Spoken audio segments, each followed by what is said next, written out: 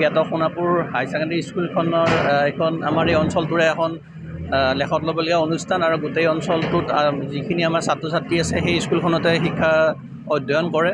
এক বিস্তীৰ্ণ এলেকাৰ ছাত্ৰ ছাত্ৰী আমাৰ ইয়াত আহি ইয়াত শিক্ষা গ্ৰহণ কৰি আছে। আমি মাজতে আমাক স্কুল কৰ্তৃপক্ষই আমাক জনাইছিলে যে স্কুলৰ বাউণ্ডেৰী ৱাল আহিছে, তো বাউণ্ডেৰী ৱালখন দিবৰ কাৰণে ইয়াত যথেষ্টখিনি বেদখল হৈ আছিলে বুলি আমাক জনাইছিলে।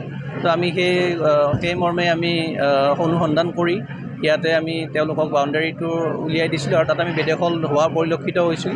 আৰু সেই বেদখল হোৱা গতিকে আমি আমাৰ যিটো চৰকাৰী নিয়ম অনুসৰি তেখেতসকলক আমি চৰকাৰী নিয়ম অনুসৰি যিখিনি উচ্ছেদৰ কাৰণে যিখিনি ব্যৱস্থা কৰিব লাগে সেইখিনি কৰিছোঁ। আৰু আজি এইখিনি উচ্ছেদৰ ব্যৱস্থা লোৱা হৈছে আৰু যাতে আমাৰ স্কুল কৰ্তৃপক্ষই বাউণ্ডেৰী ৱালটো ভালকৈ বনাব পাৰে। আৰু আপোনালোকে জ্ঞাত যে ইয়াতে প্ৰায় স্কুলীয়া ল'ৰা ছোৱালীৰ মাজতে 2-4টা এক্সিডেণ্ট হোৱা কথা আমি শুনিব পাইছিলোঁ। তো সেই ক্ষেত্ৰত আমাৰ জিলা উপায়ুক্ত মহোদয়ে এই ক্ষেত্ৰত যথেষ্টখিনি গুৰুত্ব দিছিলে আৰু তেখেতৰ নিৰ্দেশমৰ্মে আমি আমাৰ যিটো প্ৰক্ৰিয়া সেই প্ৰক্ৰিয়াৰ মাজেদি গৈ আজি আমি উচ্ছেদ চলাইছোঁ। সেইখিনিয়ে।